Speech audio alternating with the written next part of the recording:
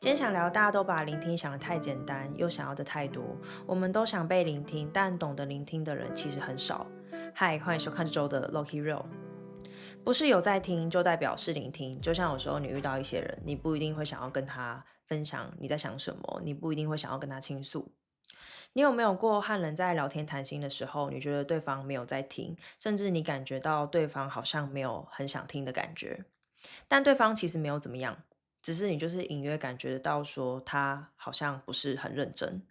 比如说，对方可能会把手机拿出来滑，或者是他不经意看向旁边或是身边环境的那个眼神，或者是他转移话题的方式，这些好像都是刺眼的分心的证明。这时候我们会开始去想说，诶，是不是我们的话题太无聊了？是不是对方根本就不想听？是不是我们一开始就不要提会比较好？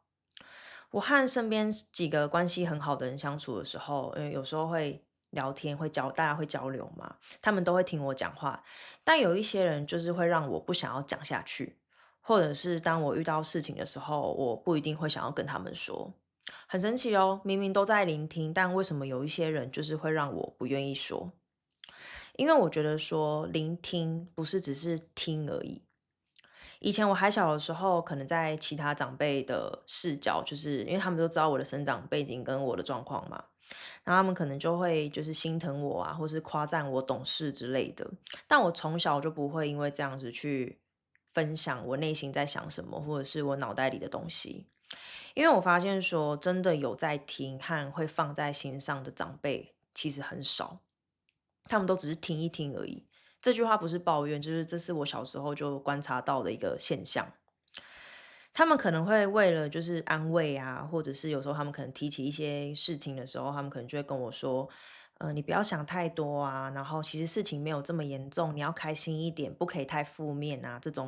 种语言就想要转移注意力吧。当然，我也可以理解说他们为什么会这样，因为他们可能不知道怎么表达，或是不知道怎么安慰，就是他们可能没有想那么多啦。还有一个情况就是，其实每一个人都有自己的生活，就是重心要去处理，没有办法去管到别人这么多。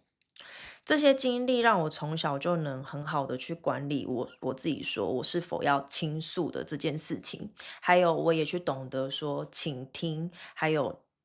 去倾诉这两件事情的价值。我不会有想要说的事情就找人说，因为我知道值得我去说的人并不多。我能很快的去辨认说有谁在听我讲话，然后谁没有在听。我不知道正在收听的你是不是也有这个能力。我也有适时让自己闭嘴，然后不要再继续说下去的能力。我只想要说给真的在意我，或者是说懂得聆听的人，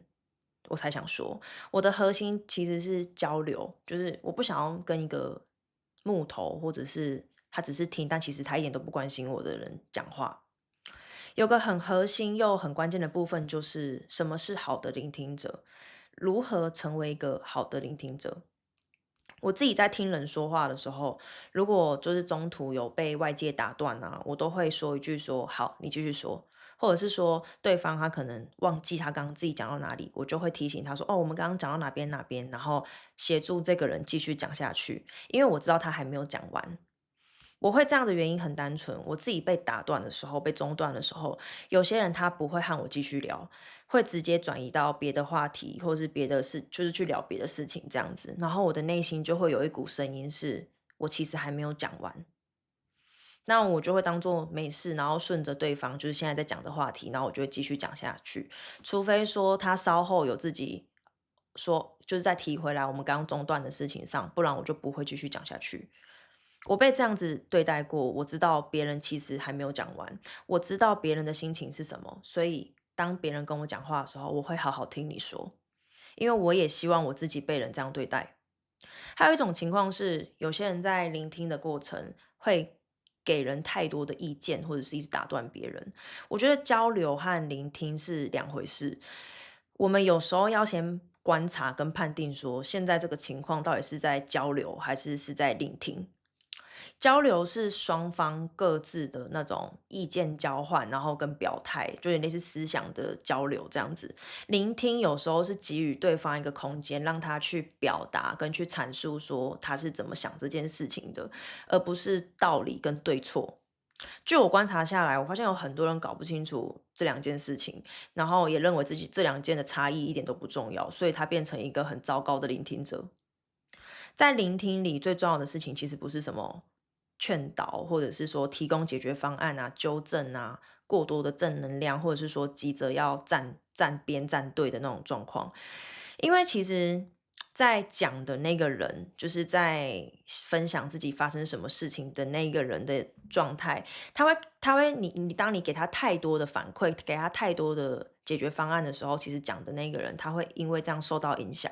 我可以举一个例子给大家听，比如说当 A 间就是跟 B 倾诉说他跟他的妈妈关系不好，然后可能讲了一些他跟妈妈之间的事情，那 B 可能听了之后就可能跟他说：“哦，你妈妈不好啊，怎么在讲很多他妈妈就是负面的评论这样子。”那 A 可能听到 B 这样子讲了之后，可能就不敢跟 B 说：“其实我很难过，因为我很爱我妈妈。”他可能就不会讲出这种语言。就是这个就是一种，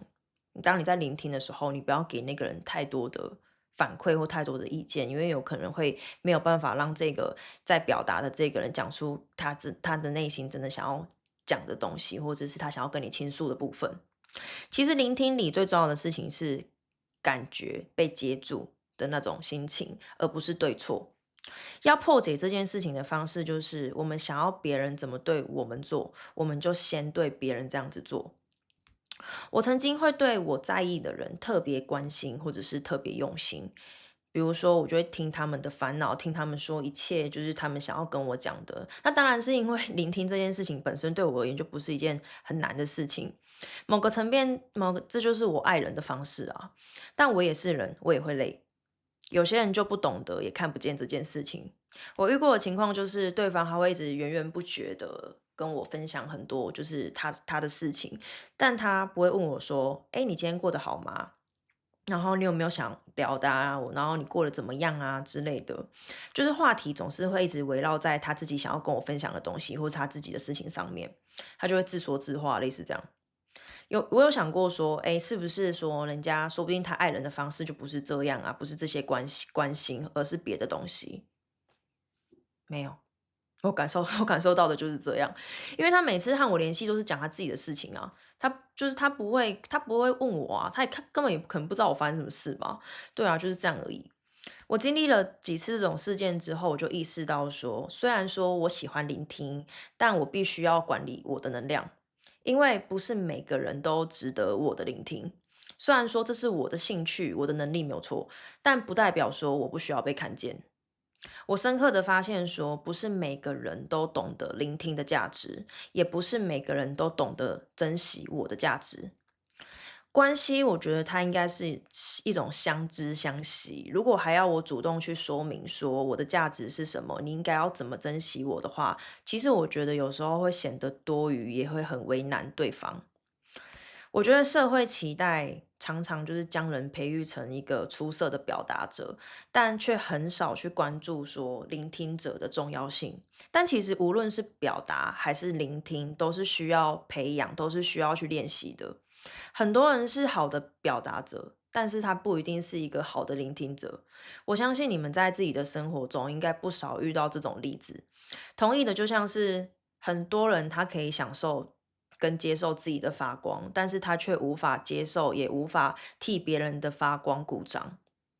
我们被期待和努力说要去成为一个主角，但其实有时候配角也是非常重要的存在。更何况说，我们不会在人生的每一个时刻都是主角，我们更多时候也会是一个配角。这个社会非常需要聆听者，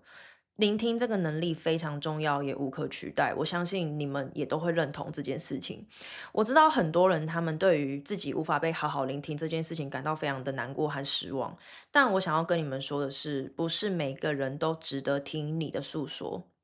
能被好好聆听，然后被好好接住的这件事情，它本来就不是一个很常见的一个状况，它是一个需要好好被珍惜的事情。我们都需要先学着去接受这个现实。去管理和调度自己要将注意力和能量投注在什么事情上跟什么人上。我觉得这是一个很有效的能量管理，好像很少人会去发现，然后可能去注意这件事情，但其实这是一个很重要跟常常被忽略的东西。它可以保护你，它也可以去提升我们的自尊水平。当我们过度分享，或者是我们在倾诉的时候，我们并没有得到一个很适当的回应的时候，其实那个对我们是一种消耗跟内耗。不要随意的对人去倾诉自己的秘密，还有自己的内心话。当然，如果说对你而言这只是一个分享，然后对方有没有怎么反馈你啊，怎么看待你，如果你不是很在意的话，你在意的只是你的表达跟你的诉说的话，那当然这就另当别论。总而言之，就是不是每个人都会认真的听你说，然后不批判你，不是每个人都懂得什么叫倾听。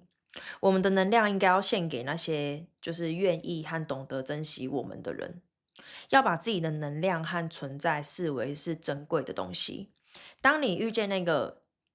懂你的人的时候，一个懂得你珍贵的人的时候，那就是上天看见你的付出，给你的最好的礼物。对。这就是我这一周想要跟你们分享的。对，就如果你喜欢这一集的内容的话，或者是你有想到一些就是你自己的小故事，或者是一些触动的话，欢迎你分享给你的身边人，然后在底下留言跟我分享。那就谢谢你的收听，希望未来一周你们都好，然后身体健康，我们就下次见喽，拜拜。